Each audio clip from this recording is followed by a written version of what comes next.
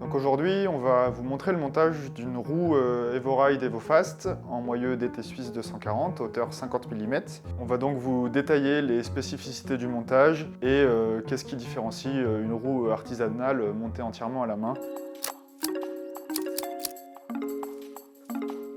Donc l'important, c'est de bien calculer la longueur des rayons. Si le rayon est trop court, l'écrou va prendre trop de contraintes et risque de casser avec la fatigue. Si le rayon est trop long, on risque d'endommager le filetage. Donc le calcul de la longueur de rayon est primordial. Donc on utilise des rayons Sapim CX-Ray qui pour nous sont la référence sur le marché en termes de solidité, de poids, de comportement. Et on utilise des écrous Sapim SecureLock. La technologie SecureLock, c'est une technologie qui permet que l'écrou ne se desserre pas pendant la durée de vie de la roue. Donc on a fini de faire le lassage, donc d'assembler tous les rayons sur la jante. Et donc maintenant, l'étape suivante, c'est de tendre tous les rayons pour avoir une petite prétension. Qui n'est pas encore très tendue, mais voilà, la roue commence à prendre forme. On va la monter en tension progressivement. Et ensuite, on va commencer à s'intéresser aux voiles, aux seaux et aux tensions. On va vérifier aussi le centrage.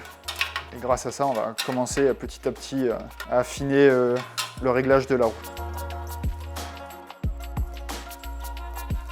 Donc là, on a corrigé les plus gros écarts de voile, de saut et de tension. Donc on va regarder un peu où on en est au niveau du centrage. Donc le centrage, en fait, ça vous permet d'avoir une roue qui est au centre de votre cadre ou de votre fourche, qu'elle ne touche pas la base ou le haut-banc dans votre cadre. Donc là, on peut voir qu'on a un petit décalage côté disque. Et donc il va falloir qu'on retende un petit peu les rayons côté roue libre. On va passer au premier destressing maintenant. Donc le destressing, en fait, ça consiste à appliquer une pression sur les rayons assez importante. On est autour de 180 kg. Et ça permet de mettre tous les écrous en place sur la jante, les rayons en place sur le moyeu et d'éliminer les contraintes résiduelles dans les rayons. En fait, de sorte à ce que la roue, lorsqu'elle sort de l'atelier, elle ne bouge pas, peu importe les contraintes qu'on applique dessus, et que tout soit stable et dans son état final.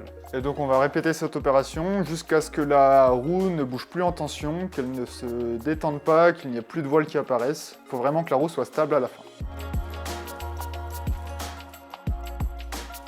Donc là on a avancé un petit peu dans la tension, on a essayé de réduire au maximum le voile, le saut.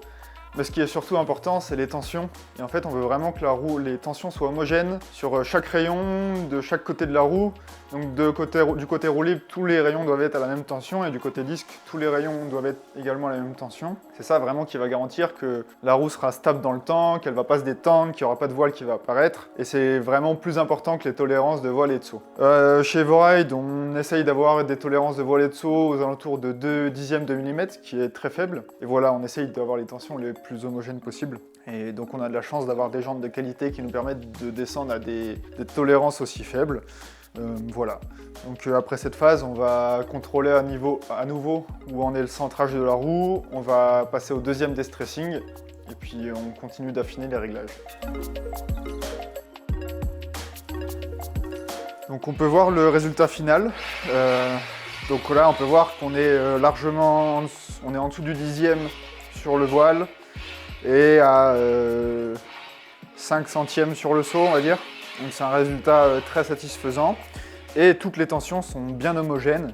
On peut voir vraiment toutes les tensions sont les mêmes sur chaque rayon. Donc c'est vraiment ce qu'on recherche.